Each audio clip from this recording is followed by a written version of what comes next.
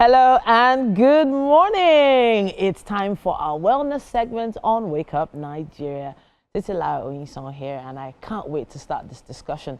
We're talking retirement and mental health issues with Abby Nadi. It's great to have you here. Thank you. Now, she's popularly known as the Radio Doctor. She's the founder of the Thrive Network, and it's a leading mental health NGO championing awareness and support for over 6 years now. It's great to have you back. Thank you so much, Titi. It's great to be on the show as always. All right. So sometimes when you talk about retirement, I was like, okay, that's still like an ocean away. You know, it's so far away. Like, why am I talking retirement? But there are people that are edging closer to that retirement age in different industries.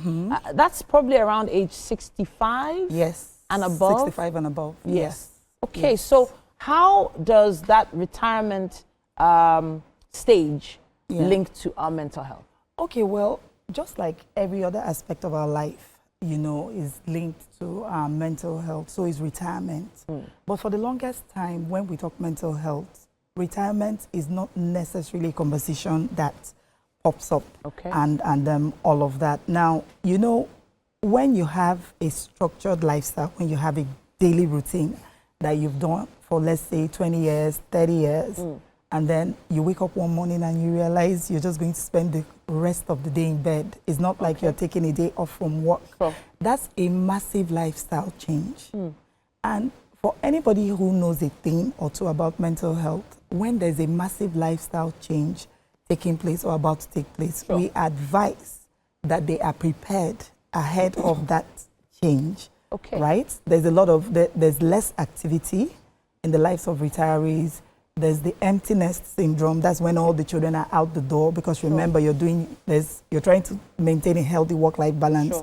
You're working, you're looking after the family, you're doing all these other roles. Suddenly, the kids are not there. The work is not there. Nobody is sending you emails back to back. You're not trying to put out fires in the office. Absolutely. So I guess there's this sense of redundancy. That's the term. To speak. That is the term. Redundancy. Yes. Probably anxiety, loneliness as well. Definitely. You know, research has proven that some of the mental health problems retirees tend to experience after retirement, top on the ladder is depression, as a function of loneliness, as a function of less reduced activity, isolation, and all of that. And then they tend to exhibit withdrawal symptoms because, you know, there's the social life.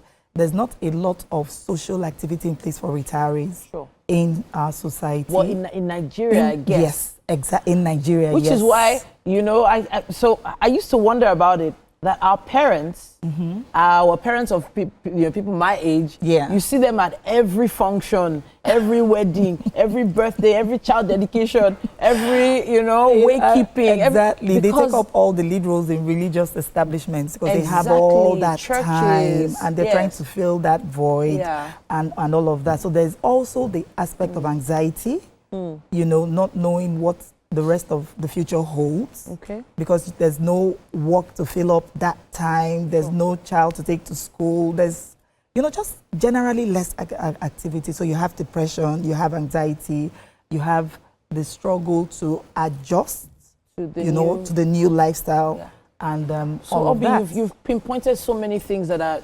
I'm trying not to have anxiety myself right now, to be honest. Let's show me that there is light at the end of this tunnel. What can people do to prepare? Well, that's a brilliant question, Titi. But before I answer that, I think it's also important that we mention who is at risk. You know, because some retirees have it all worked out. Some retirees live in societies where there are safety nets for retirees and all of that. Now, retirees who retire and they have long-term physical health problems at risk, retirees who struggle with socioeconomic factors, retirees who worked all their lives and cannot plan a vacation at the drop of a hat, retirees who are struggling financially and all of that, retirees who do not feel fulfilled at the end of their work life and all of that.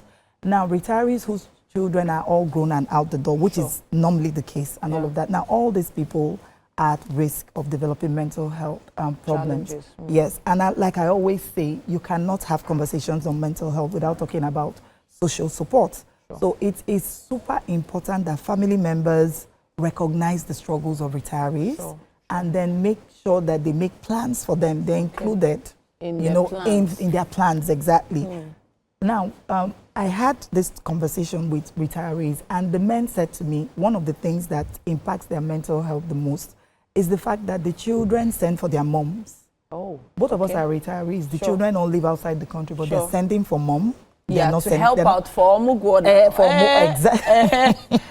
Well, guess Those what? way, does grandpa want to come and change diapers? Grandpa is ready to do Omugo. He wants to do Omugwo He now. wants to do Omugo. Trust Wow. me. So that You know, is so that is a that's- point to note. Absolutely. All right. So, you know, less isolation for retirees, and then more activities, you know, even religious houses, volunteer organizations and all can make Sure. provision for retirees. Like you said, you see them all over the place. Look, Yeah, they're just everywhere. trying to fill that void. Everywhere. They're just trying to fill that void. And when the children say, oh, mom, why are you all over the place? They don't understand that it's a personal struggle. And remember, our society, the culture of silence is you know, is something we're all raised on. Yeah. So retirees don't necessarily talk about Speak their up. struggles. Yeah. Exactly. So if we have more safety nets in place for retirees, more programs for retirees that Yeah. encourages, you know, socialization and all of that, sure. and then solid support systems and all of that. And of course, like you said, preparing people ahead in the workplace, people who are close to retirement. Sure. Ideally, there should be conversations about life after retirement. work, yeah. So you begin to prepare them in a period of 2-3 years. Look, what is your plan financially? What do you plan to do? Yeah. What do you plan to do? What do you plan to do to fill up all that time. Yeah. that you're going to have, and So- all of that? It does feel like, you know, one of those conversations that needs to be had more often. Thank you. But then again, Exactly. also, it has a lot to do with, you know, the children, the other family members of future retirees also being part of that plan. I also Exactly. feel like finance is also a big It deal. is the Financial planning, like, as they say, it is having the a cocoa. nest egg Exactly, put because aside. absolutely. Look, Titi, it's at the end of our work life. Yeah. We should be able to look at our account balance and say, yes, this is the reason I woke up 5 a.m. for the Every last day. 30 years. So when retirees do not have that sense of fulfillment financially, can be a trigger for mental health problems. And then guess what? Every month you receive your salary, even if it's 20,000. Yeah. You know you receive this 30, That's 20,000. pension. Not even pension. Let's say, you know, during your work, Yeah, sure. when your work life, when you were active at work, you receive this salary and then you retire, and at the end of the month you receive your pension. But there are other needs now that you need to meet. So you need to call your children. That's another struggle retirees have. You know, people who are independent, who have worked all their lives, having to depend on their children all of a sudden, and having to hear, look, mom, I can't do this for you this month. You have to wait till next month. So Yeah. these are all the possible triggers. Having less control That's the over word. their world. That's the their word. life. Yeah. Having less control over their lives. Sure. Absolutely. Wow. So that's the reason why this quite conversation is exactly. So this conversation has to be ongoing. So I wanted to touch on something. Yeah. You know, we've mentioned quite a few times that mental health issues often lead to other health problems along the line. Yes, So yes, we absolutely. keep talking about the mental health, but then a lot of people don't relate it to High blood pressure, high blood pressure, heart and problems, exactly. Sleep problems, which can also lead to obesity, can lead to excessive food intake. yes, There's and then so type many 2 diabetes, exactly, and Oh, then goodness. excessive, you know, weight gain. There's and so all many. starting from mental health issues. Absolutely. Wow. So imagine a 65, 70-year-old Wow. who is struggling with depression. And before we forget, remember, there are retirees who have struggled with mental health problems all their lives. And because they did not engage in help-seeking behaviors, so they retire. And it's even worse because, I mean, when you are active, you know, during You your can active hide years at work, behind it. There's you can there's hide distractions. behind all the hustle and bustle. Wow. Exactly. You know, Yeah. you have the kids, you have Yeah. work, you have all these other role sets Sure. that you're playing. But once they retire, Sure. the activity dies down, and that's when the real struggles begins. Wow. Right? So there's absolutely nothing to be ashamed of. I think the people who should be most informed about retirees and their struggles with mental health, you know, upon retirement, are family members, loved ones, organizations that handle, you know, things like this, cases like this. So they provide more social support. People are able to speak openly about the struggles. So speaking openly about this, getting social support to future retirees, is this a prevention? Yes. Is this enough prevention? That's where I'm going, because it does kind of feel like almost every retiree has the potential for having this anxiety or issues with depression. Absolutely. So how do we avoid this? Is it avoidable? Well, you just used the key word, which is prevention. Okay. Right? So, like, you know, as they say, you might never fully have that experience except you walk that path. So it's one thing for me to say to Titi, look, Titi, in the next 20 years, you need to start preparing for retirement. It's another thing for Titi to actually retire. And then remember, there are other situations that might spring up that we've not prepared you for. However, because we have prepared you mentally to a large extent, you're better able to manage these struggles and these challenges, you know, as they occur. So the most important thing is that awareness, is preparing people's mind. Because, I mean, what is mental health? Mental health is a state of mental well-being that determines how we think, how we feel, how we act, how we manage stress and manage our relationships.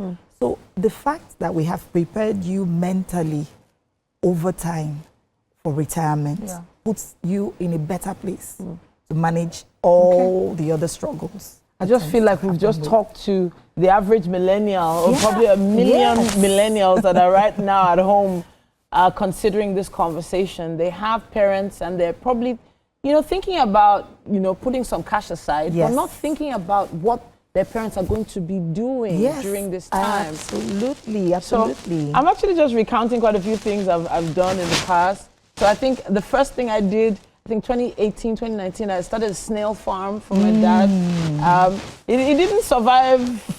It didn't survive 3-4 years before it went down. Changed it to a chicken farm a little later on. Chickens. So he's really focused on that. He also does a lot of gardening. This is my dad. Does a lot of gardening. Absolutely.